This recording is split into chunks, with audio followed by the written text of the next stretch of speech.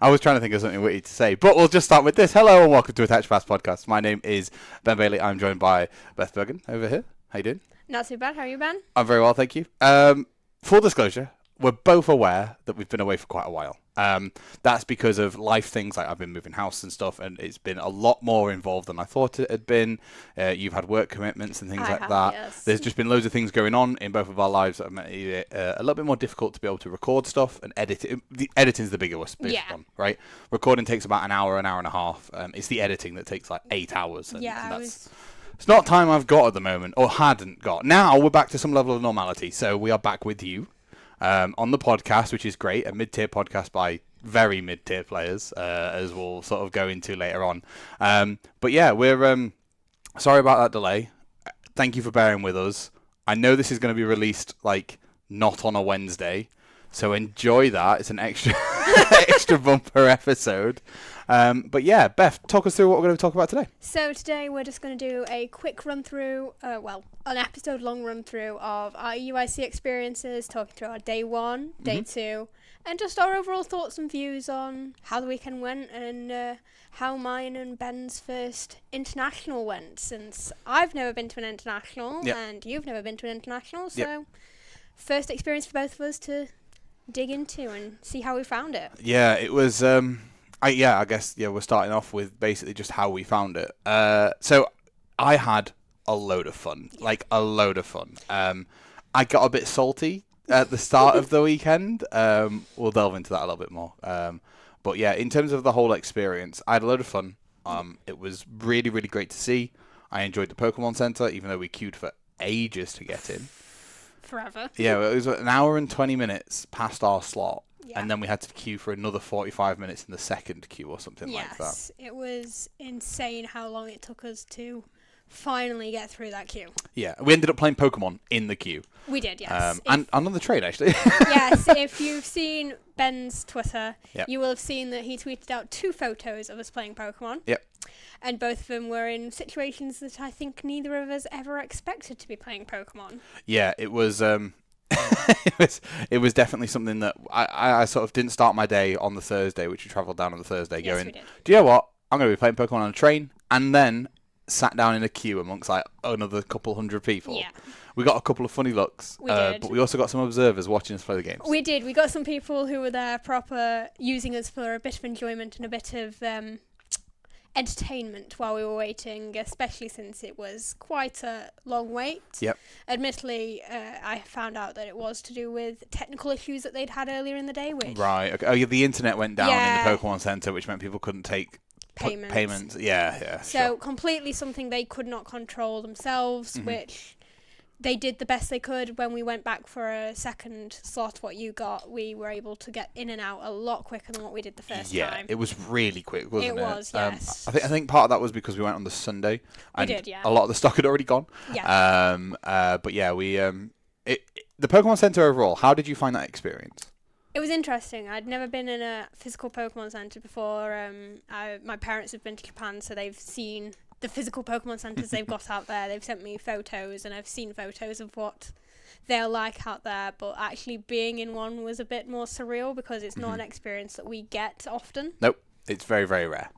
I found the overall experience of the actual Pokemon Center quite nice. I found the range of products a little bit lackluster. Yes, I think the range is... They didn't bring as much as what I thought they could have. There's definitely a lot more on the website that they could have brought, but I'd also think that some of the products had already sold out by the time we got in there because we did have a late slot on the Thursday. Yeah. So a good few of the products probably had already sold out, and we could have seen different things if we had an earlier slot, which completely understandable. We know the Pokemon Center is going to be popular. We know things are going to sell out. So there will not be the full range of us going in at the end of the day to if we'd had a slot at 8:30 in the morning. Yeah. And you know, we took that risk, I guess, of going that later on that Thursday, but we wanted to wrap it up all on the Thursday so that we could just focus on the Friday and the Saturday if we made it to day 2, and which, spoiler alert, we didn't. But yeah, it was just a nice way for us to be able to, I don't know, spend an evening and have some fun. I spent stuff on the Thursday. You didn't spend anything on the Thursday. No, I didn't, because there was just spoiler alert, I like collecting my little sitting cuties. There was too many for me to decide between. Mm-hmm. So when we went back on the Sunday, there was a smaller selection. So a lot smaller. A lot smaller selection. So it made my decisions a lot easier. Yeah, I ended up coming away with 2 sitting cuties, the playmat here, or the championship backpack. There's a whole story behind that, but I'm not going to go into that. I ended up getting one. It took me 4 days to get it, but I ended up getting one. I will say I've got a photo of Ben, which I will send to him and let him... We'll put it here. Put in here if he chooses, of him looking at it in such love and care, as if it was his baby. It's like one of those memes, get yourself a man that looks at you the way that Ben looks at this backpack. Yep. I genuinely was very, very excited to get a hold of it. It was like the only thing I wanted. If anyone wants to turn that into a meme, you are more than welcome to. It would be very funny to see. I might just do it myself. But yeah, so I bought those. I bought a couple of sitting cuties. Yep. I bought the championship shirt, which I've actually brought with me. Because I thought, do you know what? If the camera doesn't like the Attach Pass t-shirt on me, which, in case you're not aware, this is the shirt that we wore and donned all weekend. We did. There's some nice photos that you've taken, some nice photos that I've taken. There was one that one of the photographers got of me. Yep. Unfortunately, I even went through the second photographer. Ben was only in the background of one. Yeah, but I was on the Pokemon International UK and Ireland, the Pokemon UK and Ireland TikTok. You can see me looking like Scrooge McDuck because my opponent, I'm like starting Fluttermane, starting Shenpao. I'm like, oh, we're on to a winner here. But yeah, we'll get into that in a minute. I was trying to just get this shirt out. So if you've not seen it, this thing, for me, it's like a bedsheet because I'm fat. I said this last time, but it's really cool. It's really comfy. It's the same sort of material as these sports jerseys, and they are really cool. You didn't end up picking anything, did you? I didn't get one of those. No, no, I didn't. It wasn't something for me. Yeah, that's fair. It's not something I'd really wear outside of Pokemon, and for the bigger events, I've got the Attach Pass shirts to wear, so it's kind of like I'm not going to get the most use out of it. I'd rather spend my money on... I was going to get the deck box if they had them, but they didn't have them on the Thursday when we went, and we didn't see them on the Sunday when we went, so they went quick. Yeah, they did. They sort of sold out pretty much instantaneously, apparently. Yeah. But yeah, we donned the Attach Pass shirts, which I think... really nice. It made us very noticeable. Like we were very, very easy to see. You know, the stark sort of white with the red flashes really brought us out. I mean, to be fair, I think that's how we spotted each other the entire weekend. Yeah. Even though Beth's like shorter than I am. I was going to make a joke, but I didn't, right? I was waiting for the joke. Even though she is shorter than I am, I could use her as a footstool. It was very, very easy to notice where you were. And I think that's a really good thing to have when you're traveling with your friends. Yeah, for the last 2 regionals, it's kind of been a thing where we've had to use Messenger a lot more to be able to find each other and like be like, okay, I'm by this. I'm going to stay here until you get here. Yeah. Whereas this time it was like, there he is. Yep. There's the Attach Pass shirt. Yep. Beeline. And I think going forward, I'm going to wear this to every single event that I go to. One, to promote the podcast, of course. Yeah. But two, to also... make it so that people know, like, if we're traveling in a group, they know where we are. Yeah, it makes it a lot easier to spot us, to be fair. It was really good. I had a lot of fun with that this weekend. So yeah, the Pokemon Center was great. We had massive issues with our hotel. Again, I don't think we're going to go into it too much, but essentially our hotel cancelled on us after us waiting for 3 hours to get a code. So then we had to pay out of our pockets to go and get another hotel. Yep. And the booking website said that they'd refund us, and just a lot of rigmarole. I think we were going to end up out of pocket at the end of it. A little bit, not as much as we have been. Yeah, but yeah, it was crazy. It was stupid. Ultimately, we ended up staying at a Premier in like 15-minute walk, 10-minute walk. 10-minute walk. It was. But the breakfast. Breakfast included. I've got photos of Beth with breakfast every day. I don't know if she'll let me put them on the podcast. He sent these photos every day to his fiancée and someone who also works here at Sanctuary and was just loving life, watching me eat my breakfast every morning. Yeah, just Beth with breakfast with Beth. That should be a segment. Breakfast with Beth. Yeah, we have a 5-minute segment that's just like, oh, look.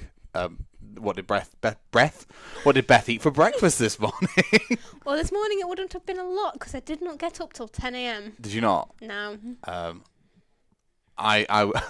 Yeah, okay, that's fair. I was up at 7 this morning. Yay. I was up very late last night. I was not up so late last night, so... Yeah, I was playing Red Dead Redemption 2. It was a lot of fun. Anyway, we're talking about Pokemon, not computer games and stuff. So yeah, we had issues with the hotel. We had a really good time at the Pokemon Center. And our check-in process was so quick, wasn't it, to get our badges and stuff? Yeah, check-in was, I'd say, the easiest process ever.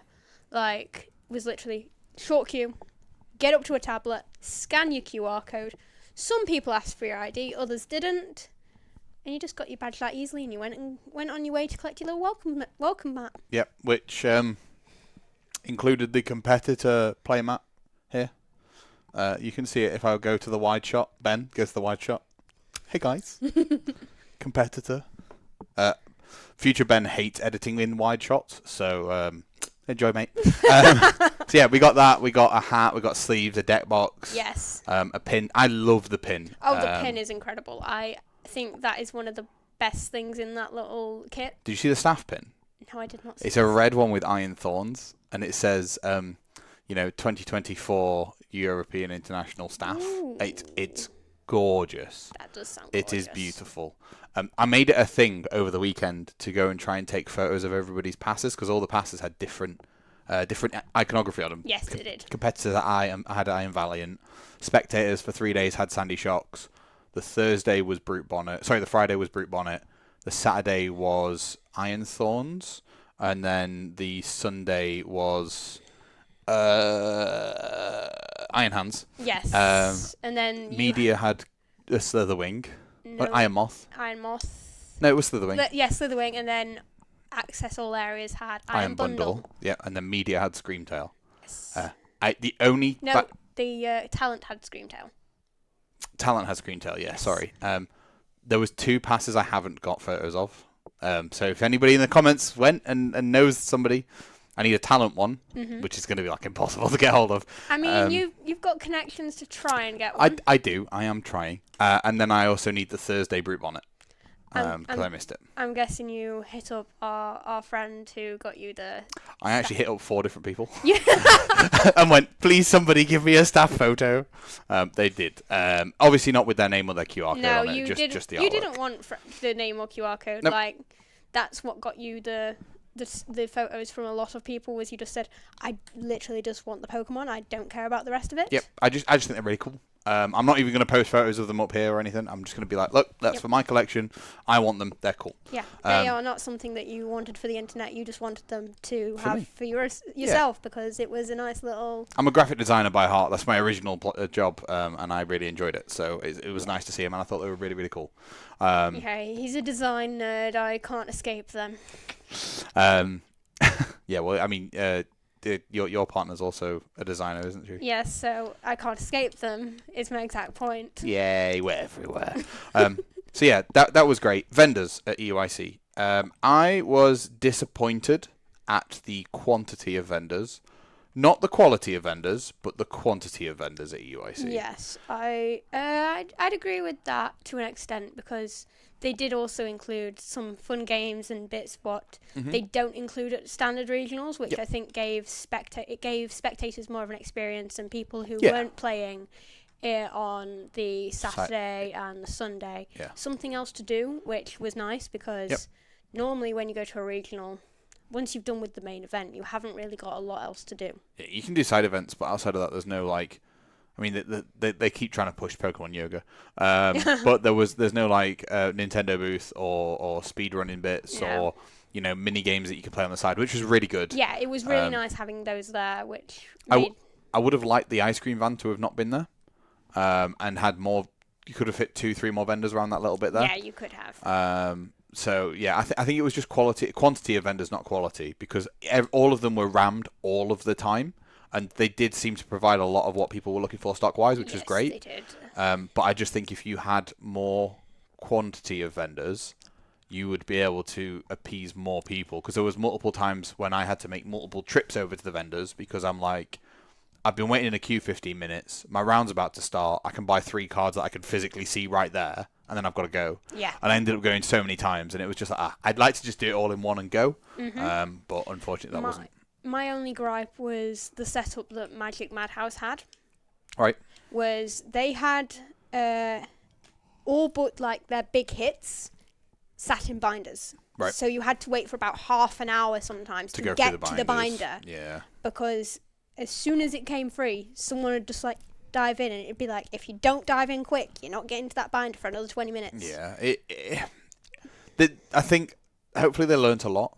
I loved the way that Seventh City and Brotherhood were set up. Yep. They had incredible setups, and I think that is because they have had a fair bit of experience at not only Pokemon events, but at other sorts of shows and cons where they know how to set up because of those. Yep. They're used to the high volume of people coming over wanting to shop, whereas Magic Madhouse is set up more for online. Yeah. They do things for the ease of how they're going to find things rather than the ease of how their customer experience is going to be. I probably would have spent a bit more money with them if they'd been set up better, but I spent a good amount at Seven City and Brotherhood. Oh, yeah. Ben literally watched me buy about £150 worth of cards for my cube this weekend. Yep, and you watched me buy 70 quid worth of GLC deck that I don't even know if I'm going to like or not. You'll be fine. Yeah, we're looking at starting some GLC stuff at Sanctuary. Yeah. I'm sure that'll be enjoyable. I don't think it's going to change the content that we do in any way at all. It might be like a passing, I had a fun game of GLC this weekend. Yeah. But outside of that, I don't think there's going to be too much. I think it's a nice, different format for people to enjoy that's not got really any stakes to it. Because it's just fun, isn't it? Yeah, it's just fun. They do it at every regional you go to now seems to have it. Every regional I've been to, I've seen it on the programme as a side event. They had it at EUIC and it was massive from what I could see from the joust. Yeah, it was huge. Yeah, they probably need to get it to the point where it's on RK9 with how many players are playing it now. Yeah, I wouldn't be surprised. The thing about GLC is just fun. And people want to play it for fun. So, yeah, I'm missing like 4 cards. So, we'll get that all squirreled away. I actually think 7 City have a load more that I just did. Of the cards I need, I just didn't find them at that event. Yeah. I think they were back at their warehouse, which is only down the road from us. So, I guess we'll get to go and see that. So, yeah, that was super fun.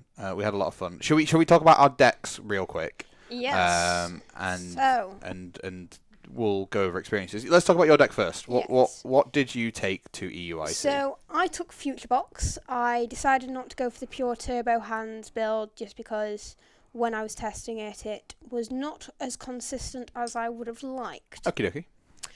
Obviously, there has been great success with it. 2 of them got in top 8. Yeah, it's crazy. I did also expect there to be more Arctina in the meta, or just Arc decks in general, so I thought adding a 1-of Iron Boulder in there was going to have more value than I found from it. Yep. Just because it's an easy answer to any Arceus that they can set up. Yep. It gives me that easy out there where a lot of other people wouldn't decide to play it, and I don't think there was that many people that did decide to play it. Yep. It's also good in a mirror match or in another Future Box match, right? Like it knocks out the hands in one shot and it doesn't get one shot back and all that sort of stuff. Well, if they tried to one shot me back, they'd be getting 8 damage counters put back on them. Yeah, which lets you just amp then, so you end up taking 2 prizes and 3 prizes, and then you can go after Miraidon if you've not already got. Yeah, so like there's a lot with it. Yeah, and again, another deck I did not face was a Future Box mirror. Yeah. Like I faced a nice variety of decks, to be fair. Yeah, we took a list of all the games throughout the weekend. I was pestering, or the day I was pestering both Beth, and we had one of our friends that we went with as well. They took Great Tusk Mill, and I was basically just going, "What'd you play? What'd you play? What'd you play?" every single round, wasn't I? So yeah, do you want to kick it off? Yep. So game 1 and game 2, I faced Blocklax. Yay! We hate it. To be fair, round 1, I tied it, so I was pretty happy with that. Yeah. Game 2, I just absolutely wanted to die and was there contemplating dropping because I hated that game. I'd hated that round. Just was one of the worst matches I'd had all weekend. Yeah. But went through, still played all 9 rounds out. Yeah. I then went into a Torterra, which a Torterra could be a great deck if it had the right pieces, but I think it just needs a little more damage, like a little more damage. It's just not there. The bloke seemed to be having fun, and that's what mattered. He was enjoying his time, so that's all that mattered. I then went into a Lost Box Tina. Yep. Which I just bricked.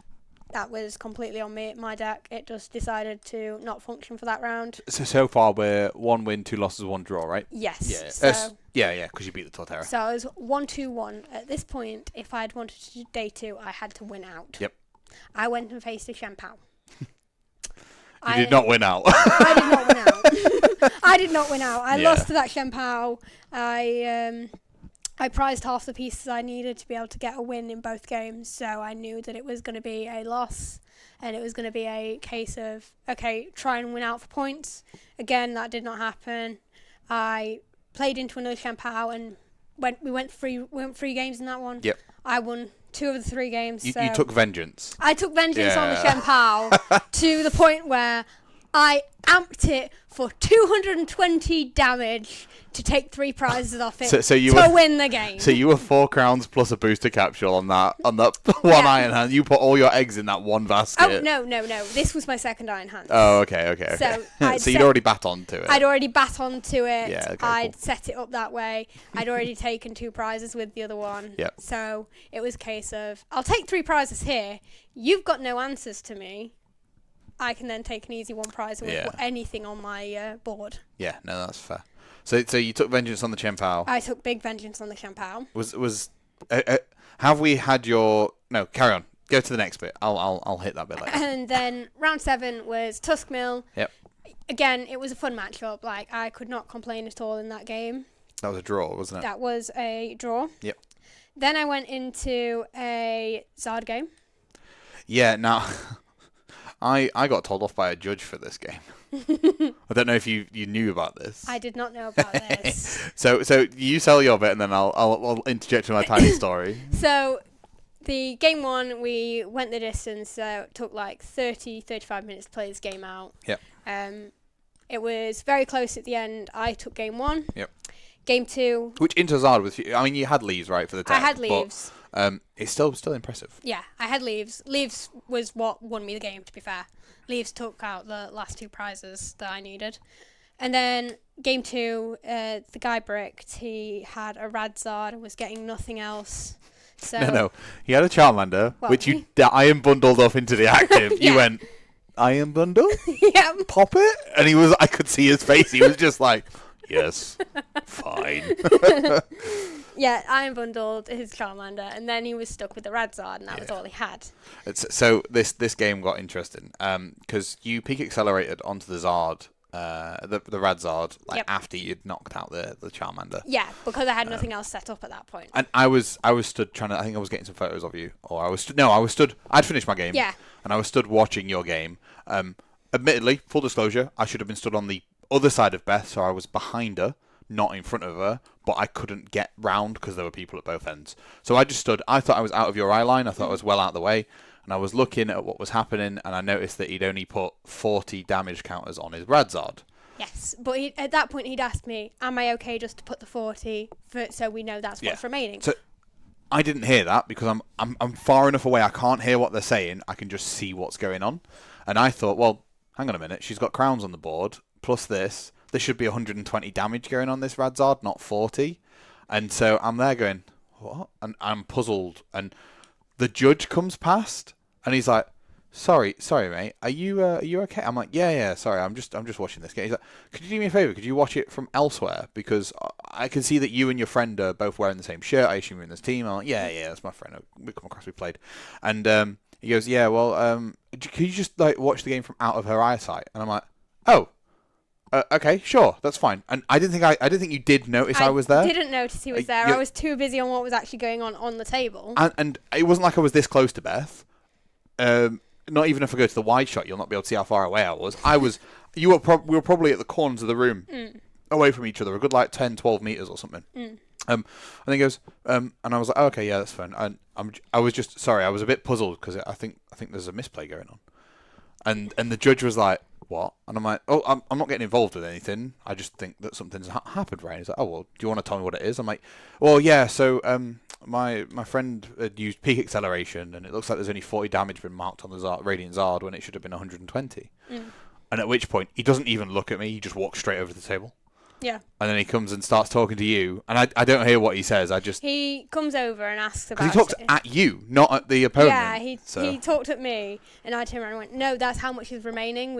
He'd asked me if that was okay, and I said yes. Right. Okay. Because like he kind of knew unless he drew into an out, yeah, that was going to be game. Yeah, of course. So it was going to be a case of spending more time to find the damage counter, rather than just using the one that was on the table. Yeah, that's my fault. I shouldn't have interfered. Well, I didn't interfere. No. I just was puzzled, and the judge then interfered off the back of what I said.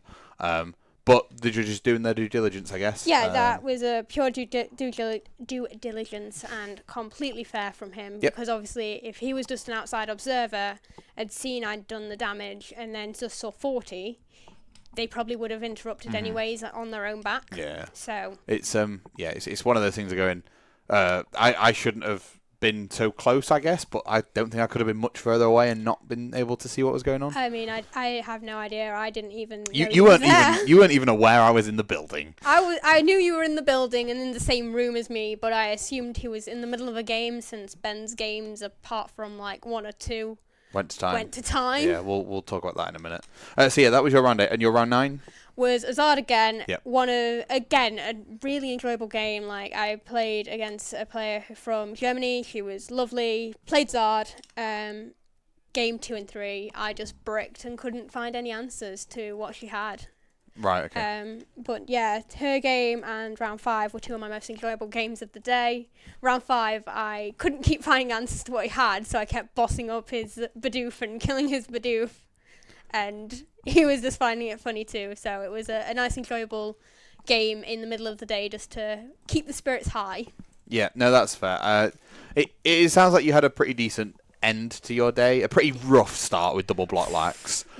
You were not happy. I was not happy. You were not happy. It's more the fact that out of the 2,600 odd players in the room, yeah, I paired into 2 Blocklaxes in my first 2. Yeah, straight away. It's my first 2 rounds, and it's like, come on, just give me something different. Yeah, it's one of those decks we talked about before. You know it's going to be at these events. Yeah. You've got to be able to beat it. But facing 2 on the bounce is just harsh. They were just disgusting games, and Yeah. I knew that I could beat both of them if I'd had the time. It was game 1 went to time, so we both ran out of the answers. It got to the point where time was called. We both knew by our board states that we didn't have answers to each other. Yeah. We couldn't take the prizes, so we just called it a draw without playing out our turns because we'd both set up. Yep. So there was no point. Round 2 just went so long on game 1 that it was like, yeah, I've not got the answers and I haven't got the time for game 2. Yeah, and that's what saddens me about. I will talk about my experience with Blocklax that weekend in a bit, but it's what saddens me about it is, okay, sure, Blocklax is up there and it's good because it's punishing people who are greedy with switches and things like that, and that's fine. However, if you have to put switching cards or options into your deck specifically for that one specific matchup, I don't know if it's healthy for the game on that one niche bit. If there are multiple different like control bits out there, which I guess there's slowly becoming more and more. There's more control now maybe. than what there was like even 2 months ago, and that is just because of rotation, bringing us new cards that give us new options, and people coming more creative with some of the decks what they can build. Like giving the card Eerie meant that there was more option of adding a control element to your own deck. Yeah. Like, there's decks what you look at and you think, oh, that's a control element, but it's not the whole match. Like, the reason why some of the pieces that are control elements in some decks, like Isaiah Bradner's second place list, the whole reason he plays Benetti X is for control, so they can't play them tools and, them items. Yeah. Just to disrupt. He's disrupting their game plan as much as they're disrupting his. Yeah, it just completely locks them out, and also into matchups like Zard and things like that, it gives you another massive hitter that you can just one-shot things with as well. Yep. Like, you can item lock a Zard, but if for whatever reason they manage to get out of it, you can then also just absolutely slap them in the face with the big attack, which is nice. Yeah, but it's exactly that. The item lock is there mostly for the control matchup. Yeah. And without it, I don't think that would have been a piece that we saw. So you went 3-4-2? 3-4-2, yeah. Yep, that's Pretty decent showing for an international. Yeah, pretty decent. Pretty middle of the park. Yeah. So, yeah. But I could not complain. It was a fun day overall, day one. Yeah. A long day, but a fun day. Yeah. Just before we move on to myself, do you what do you think meant that you didn't win more games? Obviously, Blocklax aside, I guess. Yeah. The other games that you didn't win, what do you think that was down to lack of knowledge of the matchup, or do you think it was down to misplays, or do you think it was down to luck of the draw, or a combination? Combination. Right. Combination. Some of it was I'd found the wrong piece. I'd not double checked my hand to make sure. Yeah, that is the piece I 100% need at this point. Mm-hmm. Sometimes it was I needed too many pieces to answer what they were doing, and I didn't have all those pieces. Mm-hmm. And sometimes it was just, okay, I have not played this matchup enough to know the answers here. Yep. No, that's fair. Like Tuskmill, I've played like 3 games into. I'd not played enough to know all the outs to that deck. Yeah. No, that's completely fair. I appreciate that. So I'm going to start with my record. Yes. It was the exact same as yours. Yes. 3-4-2. Literally mid-table players. Yeah, absolutely. I let myself down this weekend, personally. I had fun most of the time. I had fun, but I personally let myself down this weekend because I didn't get anywhere near enough opportunity to practice my deck. Nope. Full disclosure, I don't know if I would have taken this deck. I took Guardy with me. Yeah, which I loved. I had loads of fun playing it. I think it's incredible. I think it's very strong, and I think a lot of people have written it off way too quickly. It did make day 2. There were 3 decks that made day 2 out of all the players that made day 2, which is pretty solid. I think there was 3 in top 32. Yeah, I think all of them made top 32, which is great, and I think that's really positive. I actually think Guardy is incredible. 9th place was the highest placing Guardy. Yeah, it was the only player on 36 match points to bubble out of top 8 was the Gardevoir. Yeah, which is crazy. Which is crazy to say that so many players wrote Gardevoir off. Yeah. In January. Yeah, they looked at Japan's results. They wrote it off the minute they started seeing Japan's results, thinking it's not got the pieces. But then you've also got to think that the same thing happened last year. With Guardy. Yeah, and then Tord came out. And then Tord put a list together and got second. So I think that we're going to see a resurgence with Guardy. Yeah. Potentially this weekend at Orlando. Possibly. I think she's got... I think Gardevoir's got a lot of potential. It hits for these really big numbers. It's got a lot of ways to play around things. Yep. Guardy itself is still a phenomenal attacker. It's an incredible attacker. Into things like Turbo Hands, you can absolutely use the Guardy EX to take that first prize because they can't one-shot it back with their hands. Yep. There's just loads of things you can actually do with it that mean that it's a really strong and palpable deck to be able to play with. I think the notable things, I guess, in my list, there's not a huge amount, but I dropped my Jirachi for a Palpad. To be able to give me that double Turos. That was a decision that you made the night before as well. Yep. Well, I mean, to be fair, it was between this and Turbo Hands as to what I was actually taking.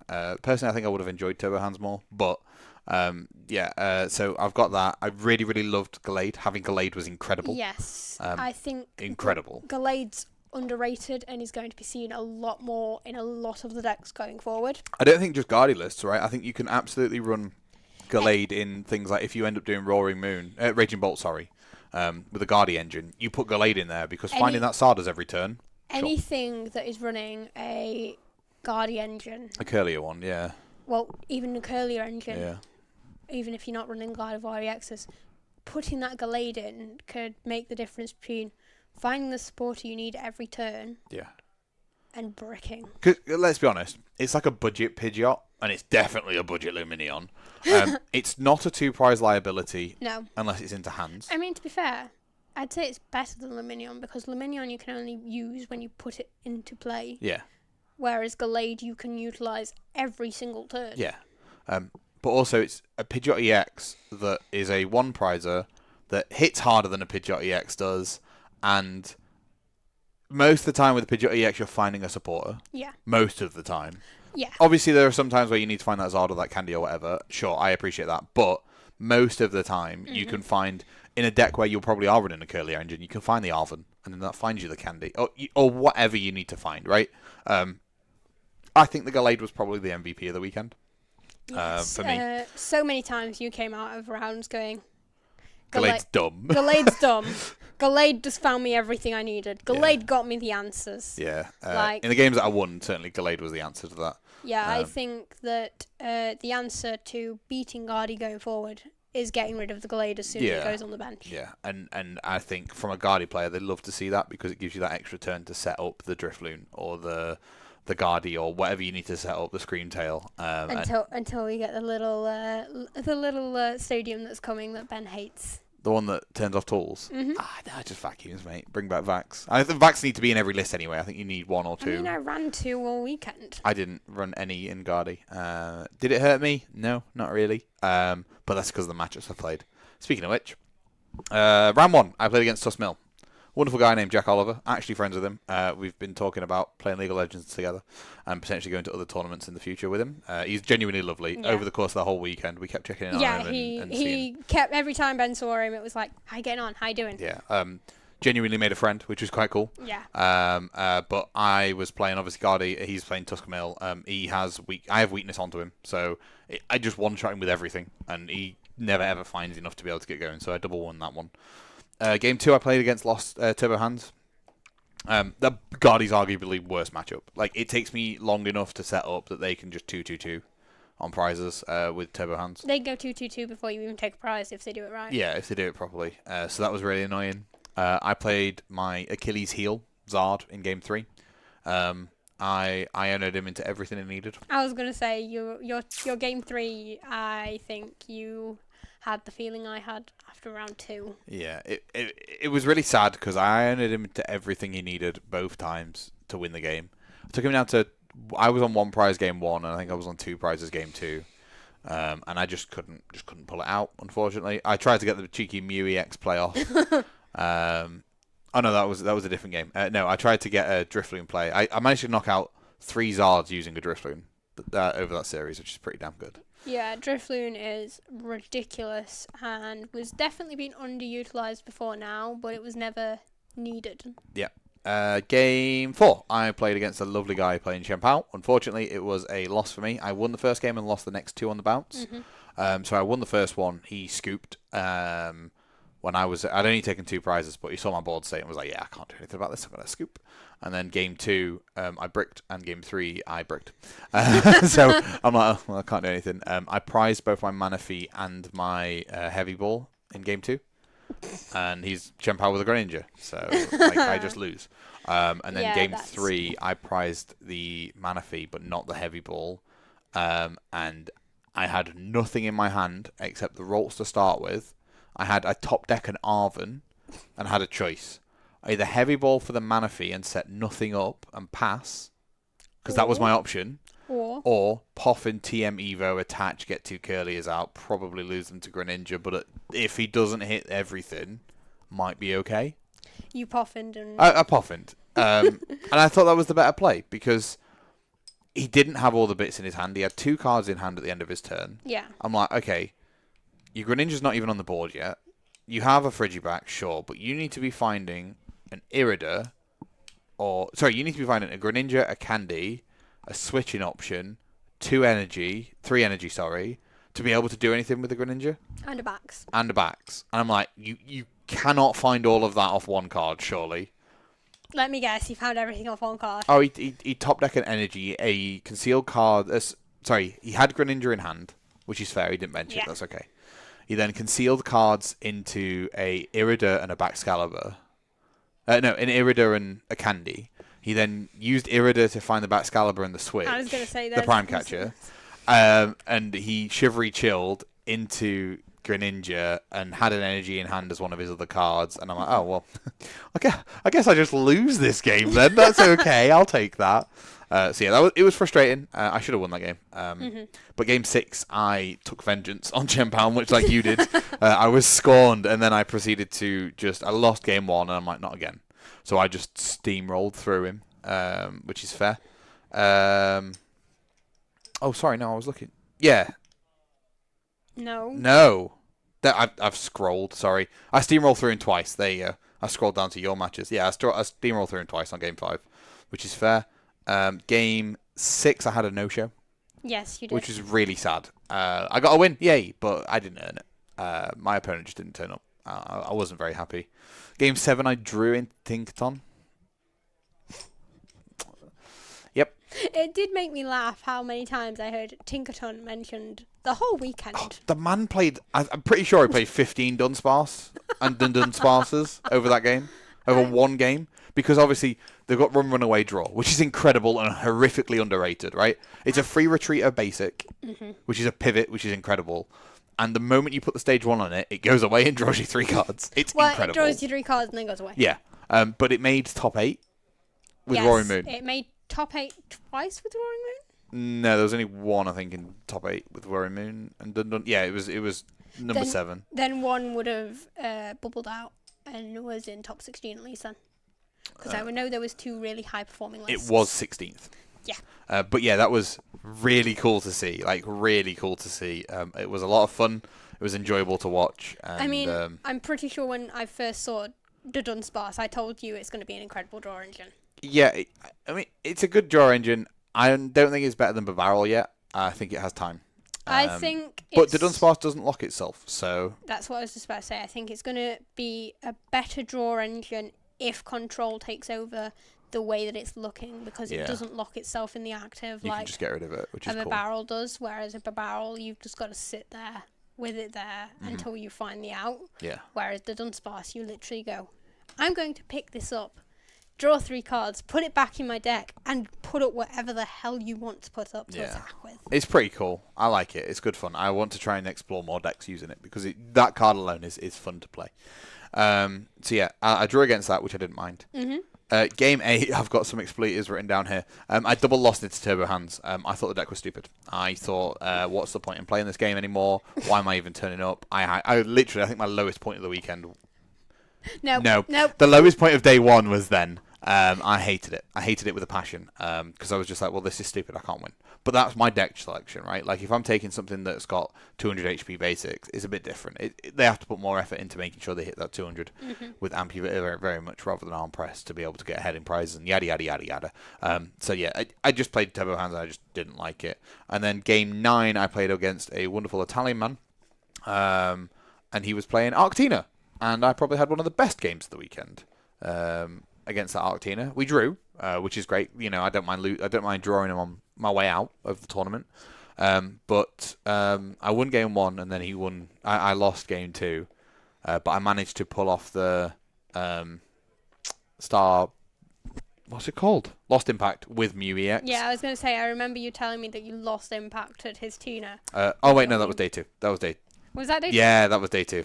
I've just looked at it now. Yeah, that was day 2. That was day 2. But yeah, it was interesting. I remember this one. This one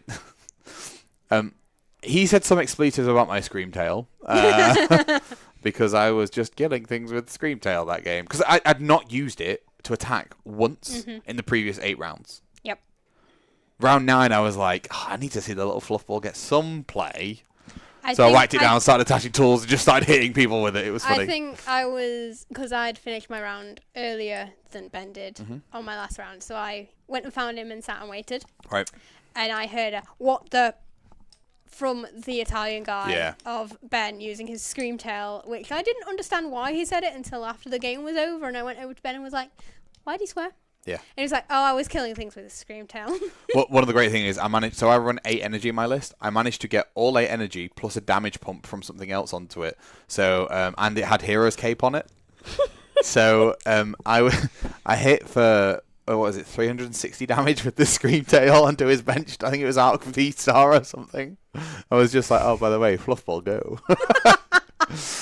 Which is funny. But I also got a max during one of my games. I can't remember which one, but I remember getting a max Drifloon hit off.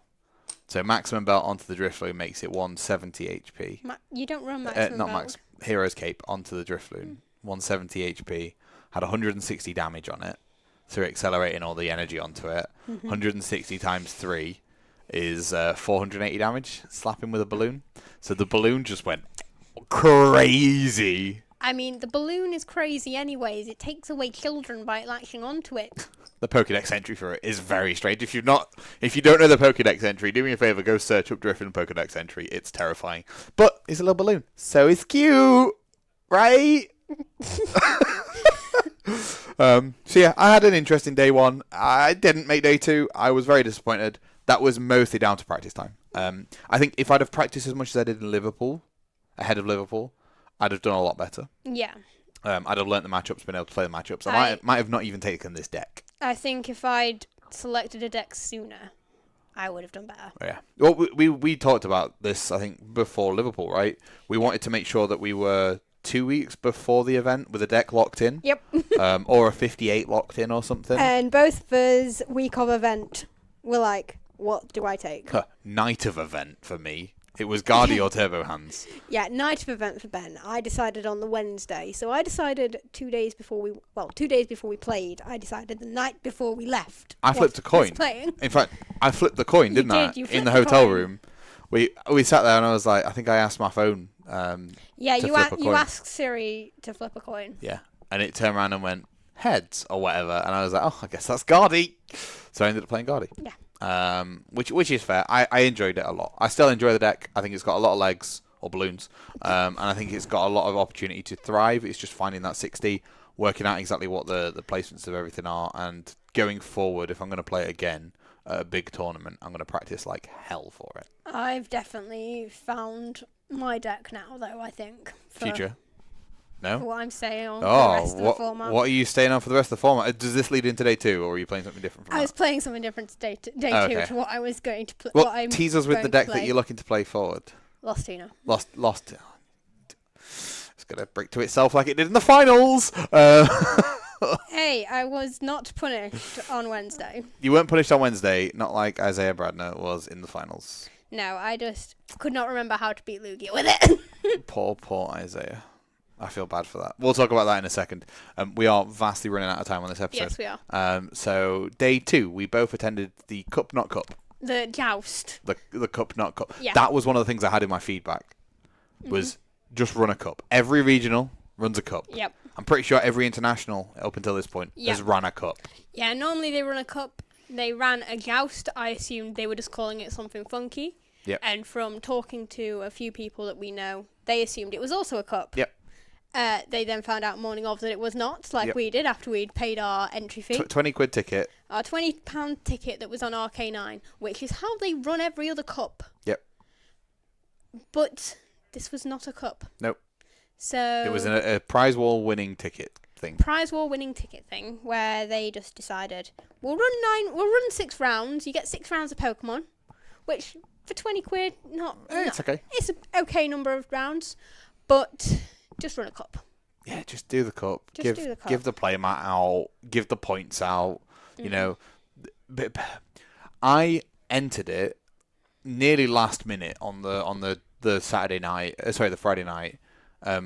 With the desire to go, okay, it's going to be a really high-skilled tournament again, just like EUIC was. Yep.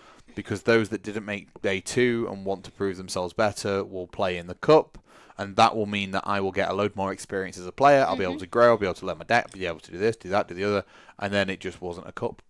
Nope. Looking back at the event page, it didn't say it was a cup. No, it just said it was 6 Swiss rounds, and we both assumed it was a cup because they've done it at everything else. Yeah. So that was a part of my feedback. Was I was a bit disappointed by that. I appreciate why it wasn't done, but I'm also not happy that it wasn't done. It's also the fact that normally they run cups. Yeah, that was an expectation that just they didn't fulfill, unfortunately. Yeah. So I took Turbo Hands to the joust. I was cooking up at 1 a.m. Yeah, you took Noivern Control. Noivern Lost Box. Yeah, Noivern Lost, which is, I guess, a form of control, right? It's a form of control. Yeah, but you were definitely in the kitchen at 1 a.m. I did well with it early in the format. Like, I got a few points with it early in the format at some of our events. I did quite well with it at some of our local events early in the format last July. So it's a deck that I'd enjoyed, and I just wanted to see if I could figure out a build that worked. Yep. I think there is legs for it to go with. Yeah, it's got 2. It's a bat.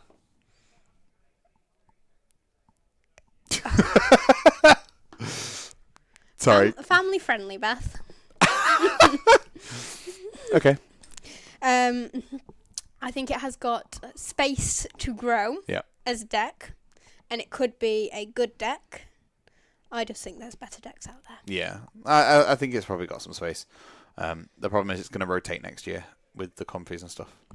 Yeah, but then so's all of Lugia, so... and Lost Box. Yes. Next rotation is going to be great. I'm going to be so sad because I love Lost Box. I have a lot of fun with Lost Box. I'd never take it to a regionals because I don't think I have the brain power to survive that. Like, at the highest level that I'd want to play it at. So yeah, I took Turbo Hands. Let's run through me first, then we'll go through you. Yep.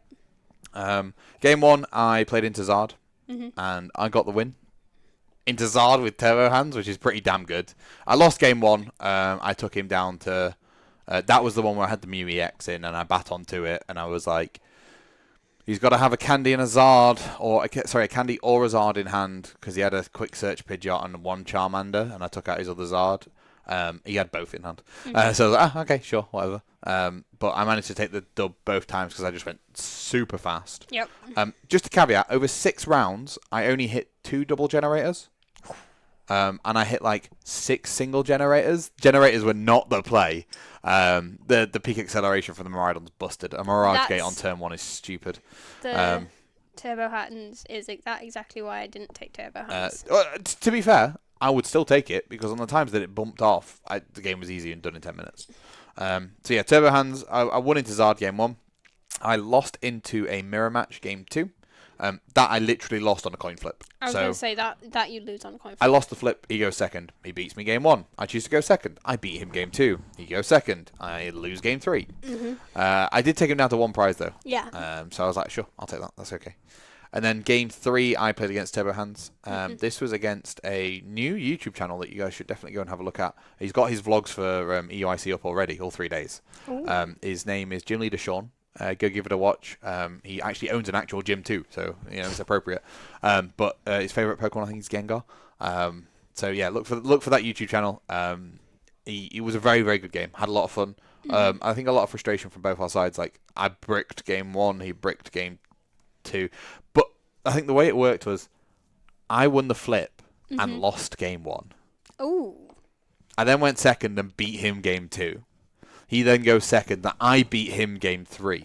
So we both had that thing of we both went with the optimal point and we just didn't hit the Miraidon and the things we needed. So yeah, that was that, which was fine. We both played the Mew EX, which was much of a I learned the value of Mew EX this weekend. Like it's incredible. As much as it's fun, it's also a huge liability in the mirror match because I just kept amping his Mew EX when he put it down. I was like, oh, cool, boss, amp. I did notice it in the top 8s. One of them had an Erica's invitation in. Yes, one of them put an Erica's in. Which I really, really wanted to use because it was really, really good. Stay tuned for when Ben next goes to a cup and we hear about how much he used Erica's invitation. Yeah, I'm going to be running Erica's invitation because I think, particularly in the Turbo Hands box, right, like list, if they even install, right, it's another out to stall because you can just Erica's in and slap it down. Yeah, especially when you know they've pennied and not placed down what they pennied up the turn before. Yeah, so they can be like, oh cool, here's the Rotom, and you're like, no, here's the Rotom, or whatever. So there's that, which is fine. I then played Tina game 4, which I won against. That's the one I lost impacted. I messed up because I hadn't batoned to the Mew, which would have just won me the game. I'd forgot that was a thing. So yeah, there was that. And then that was fun. I double lost into Shenpao game 5, which was unfortunate. And then round 6. Game 6. Right. BETH played double Snorlax game 1. Round 1 and round 2 on day 1. I had Snorlax game 6 of the joust. And my god, it is the most annoying piece of The Attach Pass podcast will be back momentarily, when Ben has had a second to calm down. Now that Ben's taken time to calm down... Honestly, I hate Snorlax. But yeah, my opponent was fine. The thing was that really... he? Yeah. Considering how you told me. The opponent was okay. The thing that annoyed me most about the end of the joust is that we had to walk up with our opponent at the end Mm-hmm. to hand our match slip in. Mm-hmm. And it was annoying, and it was frustrating, and it was painful, because it was like, oh, this guy's just beat you, off you go with him. Mm-hmm. And if I'd lost the game whilst my opponent was trying to win it, then I wouldn't have minded. But I lost the game when my opponent was literally doing nothing, Mm-hmm. and it hurt me so much mentally that I was just like, I'm done. Yep. Game 1, I did everything I could to get those crowns in the bin, iron crown, because that was my lose condition, right? Like, they put an iron crown in the active, I've lost. Because I only run a prime catcher, there was no switch carts. Again, I'd net decked this list the night before. Yeah. The other thing was that you had to be careful as a man-type doing that. Yes, but he had to have it and then be able to put it in the active and use it and all that sort of stuff. But I just had to get rid of the iron crowns where I could. And 24 minutes for game 1 before I saw an iron crown that I couldn't get out of my hand. And then he just Erika's it and put it in the active. And I'm like, cool. And I was like, prime catcher's prized, all of this stuff. I was like, great. Well, I guess I lose game 1. So I scooped. Then game 2, you start Snorlax. I start Iron Crown. So I scoop. Because there's just no point in me playing the game. I also looked afterward. I prized the prime catcher again. Mm-hmm. There was genuinely no point in me playing that. No. And it's an example of decks being greedy. This Iron Hands deck is very, very greedy, so it definitely needs to put things like an Erika's in there, a Chira maybe, possibly just a couple of switch cards instead, just to be able to get out of that Snorlax matchup. Yeah. Because you can take 2 prizes every single turn into the Snorlax matchup with Amp. If you have the crowns on the bench, you just need to know that you're going to be able to do it. And you need to also make sure that you are keeping no items in your hand and hoping they don't misfortune sisters you and all this sort of stuff. So, I think I learnt a lot. I'm going to edit the deck, and I'm probably going to play Turbo Hands because it was a lot of fun. I enjoyed it a lot. Yes, it's annoying. Yes, it's frustrating to play against, but it's actively trying to win the game, whereas Snorlax just didn't. So I'm sorry about my frustration. But yeah, that was the end to my joust. It wasn't the greatest end, but I had a couple of great games during it. Yeah, I can definitely agree. Like, I definitely chose the wrong deck. Yeah, what did you play? Noivern Lost Box. Right. So it was a fun deck, and I definitely think I could edit it, make it work, and get it running on a weekly at least. Mm-hmm. I just don't think I made the right deck selection for the joust. Right, okay. All my opponents were lovely. Like, my last round opponent was one of my best games of the weekend. Like, we both had a lot of fun with that game. He was playing Lugia, and it was like haha, I'm trying, yeah, I've got the Kinchinos, I've got it all. Yep. I've got my little Archeopsis, I took out his Lugia. I was able to do that at least. But he just had everything he needed, but he was still a lovely player to play against, Yep. and unlike Ben complaining about it, I didn't mind going up to the prize wall with my opponent at the end, because it was actually a decent opponent who was fun to play against and I could have a chat with. But so nothing. I don't know if my opponent is listening or not. There was nothing wrong with my opponent, right? Like, I understand. Like, in the large scale of things, there was nothing wrong with it. He apologized, and that's what tipped me over the edge. Because if you're going to play a deck like Snorlax, you don't apologize, because you are the one playing that. You know what that deck does. Mm-hmm. You don't sit there and go, "Oh, I'm sorry," because you know what you're doing. Yeah. You're not sorry, else you wouldn't be playing the deck. Mm-hmm. That's my argument. Yeah. And you shouldn't be sorry about choosing a deck that you play. Like, you shouldn't. No. If a deck is superior to other decks, you play that deck. Like, it's a tournament. We're trying to win. It just really frustrated me that I don't like how Snorlax plays as a deck. No. It doesn't try to win the game. It tries to make your opponent lose it. I think if I turned around to Ben and said I wanted to play Snorlax, he'd give me a look of utter disgust. Yeah, I would not be happy at all. So yeah, it's what it is. We move on. We smile. We wave. We continue. And yeah, that's what it is. So yeah, that was me. And you had a Goldengo match. I did, yeah. That's pretty interesting. Yeah. It wasn't a normal Goldengo either. It had a curlier engine. What? Yeah. I guess it draws cards to get energy. Mm-hmm. It was just like constantly drawing cards and like using Iono to get the cards back in your deck where you actually didn't need them, and then. Interesting. That's pretty cool. Burnett would have murdered it. Burnett would have destroyed it. Yeah, because like that's fair. superior energy retrieval is just item locking. Yeah, grim. I think item lock's going to be quite an interesting one. This is the thing. I was looking at the Seismitoad Vile Plumes and stuff like that of the day, and they didn't seem like not fun decks to play against because they actually had to do stuff to win. Yeah, that's just my frustration with Snorlax. Did you look at the Seismitoad with Hypnotoxic Laser? Yeah. Confused and paralyzed? No, confused and poison your opponent. Yeah, I like Hypnotoxic Laser. It looks interesting. You're going to have fun with my cube. Have you got it in there? Oh, sick. There's Hypnotoxic Lasers in there. I need to get the Seismitoads for it. Love it. Let's go. So yeah, that was essentially our summary of EUIC. The prize wall was, for me, lackluster. Again, it was one of those things that they didn't have anywhere near as much as they did at a regional. No, I was going to say that Liverpool and Lille had much better prize They walls. were stacked. There was everything from skateboards to switches to video games to everything. This one basically just had Pokemon packs, a couple of Nintendo games, and maybe some Pokemon statues from the Pokemon Center.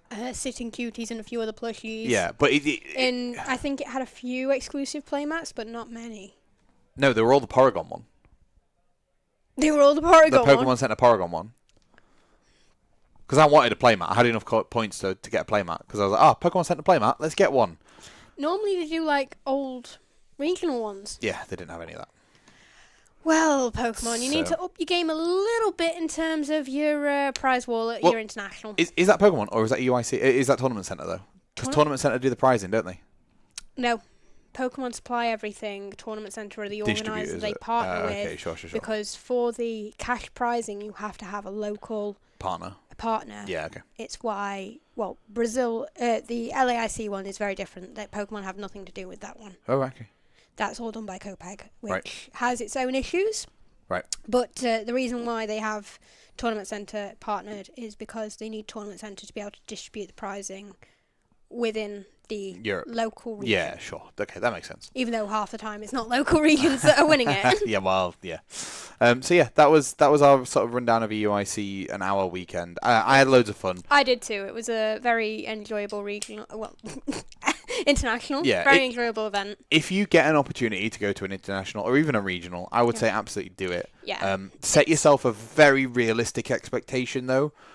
Off the back of Liverpool, where I went 5-2-2. Yeah. I was like, oh my god, I can day 2 this. No. I even think with all the practice in the world, I would have just fell short of day 2 in the international. Yeah. I think it depends how much time you could dedicate. If you could dedicate enough time, I think you could day 2. Mm-hmm. But then knowing some of our friends and some of the players that we know and the caliber that they are. And they didn't day 2. And the fact that they didn't day 2. Yeah. But they admit that it was their deck selection. Yeah. Makes me think that with the right deck and with the right amount of practice, you could have day 2'd.